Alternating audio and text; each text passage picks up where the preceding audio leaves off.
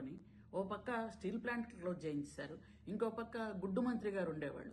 ఆయన ఏం మాట్లాడతారో ఆయనకే తెలియదు. అలా చేసి ఋషికొండను బోడుకొండ చేసేసి అన్ని అక్కడ ఉన్నటువంటి వ్యాపారాలు వ్యవహారాలు అన్నీ కూడా సర్వనాశనం చేసేసిన మీరు ఈ రోజు ఉత్తరాంధ్ర గురించి, ఉత్తరాంధ్ర మంత్రి గురించి, ఉత్తరాంధ్ర అభివృద్ధి గురించి, మంచి చెడ్ల గురించి మీరు మాట్లాడుతున్నారంటే సిగ్గుగా అనిపించట్లేదు మీకు?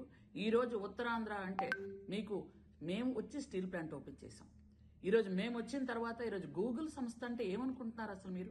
అట్లాంటిది వైజాగ్ వచ్చింది గూగుల్ సంస్థ మా చంద్రబాబు నాయుడు గారి వల్ల, మా లోకేష్ బాబు గారి వల్ల ఈరోజు గూగుల్ సంస్థ వచ్చింది అని అంటే తలెత్తుకుని గర్వంగా మేము ముందుకెళ్తున్నాం. ఈరోజు అనకాపల్లిలో ఆర్సిలమెటల్ వచ్చింది అని అంటే మీ ఉత్తరాంధ్రకి అది ఎంత మంచి ఇది.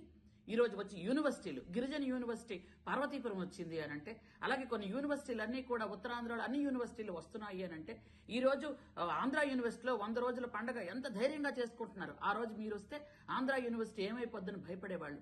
ఎక్కడ మీరు పార్టీ తాలూకా మీటింగ్లు పెడతారని భయపడి వీసీలు పారిపోతుండేవాళ్ళు. ఈ రోజు మీరు మాట్లాడుతున్నారే ఉత్తరాంధ్ర అభివృద్ధి జరిగింది అని అంటే మా వల్లే జరుగుతుంది. అది మా కూటమి ప్రభుత్వం వల్లే జరుగుతుంది. ఈ రోజు మీరు ఆ ఋషికొండను కొట్టించి బోడుకొండ చేసి దాని మీద ఎందుకు పనికి రాకుండా ఒక బిల్డింగ్ కట్టారు. ఈ రోజు ఆ బిల్డింగ్ చూస్తేనే భయపడుతున్నారు అందరూ. దాన్ని ఓపెన్ చేయాలంటే భయపడుతున్నారు. దీని రెంట మనం కట్టుకోగలుగుతామా, దీన్ని మనం మోయగలమా అనే భారంతో అందరూ చూస్తున్నారే. ఈ రోజు ఏదైనా ప్రతిదీ కూడా ఐటీ హబ్ అంటే విశాఖపట్నం కనిపిస్తుంది.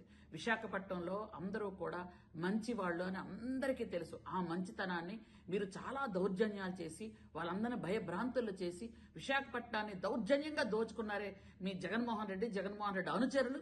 ఈ రోజు ఇంకా మళ్ళీ ఉత్తరాంధ్ర గురించి మొసర కన్నీళ్లు కారుస్తున్నారు కదా.